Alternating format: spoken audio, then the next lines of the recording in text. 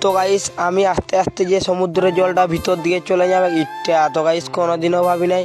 তাইলে গাইস তোমাদেরকে ব্যাপারটা পুরো শুরু থেকেই বলি চলো, নাইলে তোমরা কিছুই বুঝতে পারবে নাই।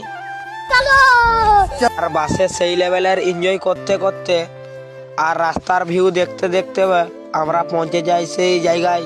তো গাইস চাঁদিপুর পৌঁছে গেছি এখন। আর ওটা পৌঁছায় দেখছি শালা এরা কি নিতে আসিনি রে বাপ দোকানে বিডি ছানার জন্যে। তো গাইস ওটা আমার একটু ফেসটা দেখে নি, আর আমার ফেসটা দেখে সজ্জা বেরিয়ে পড়ি বন্ধুগুলোকে ডাকে নিয়ে চাঁদিপুরের সমুদ্র দেখতে আর কি বলবো খুড়ারা, আমরা আসতে একটু লেট করে নিয়েছি বলে সমুদ্রের জলটা সব ভিতর দিকে চলে গেছে আর সকালে টিফিনটা দিয়ে দিয়েছিল আমাদেরকে ছোলা আর ভুজা।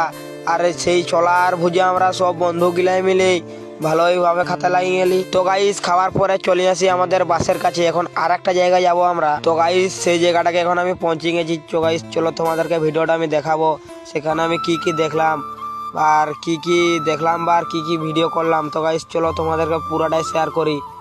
তো গাইস ভিড় অনেক ছিল, আমাদের স্কুলের বাচ্চাগুলাই বেশি ছিল আর কি।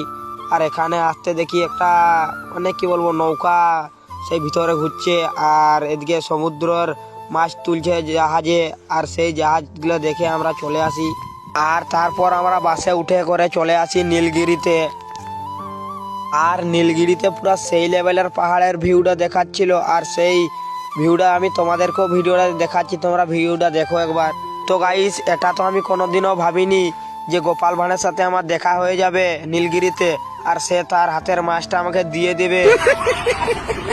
তো গাইস এই হোটেলটাতে ঢুকে যায় পুরা ভিড়ের মধ্যে, আর সেটা হাতটা ধুয়ে নিয়ে সোজা চলে যায় ভাত খাতে। আর ভাত দিয়ে দিতে পুরা দেখছো গাইস এরকম ভাত আর তরকারিগুলা দিয়েছে। আর সেই খাওয়ার পর আমরা সোজা বেরিয়ে পড়ি আর একটা জায়গায়। তো গাইস এই মিনি ব্লগটা এথায় শেষ করছি।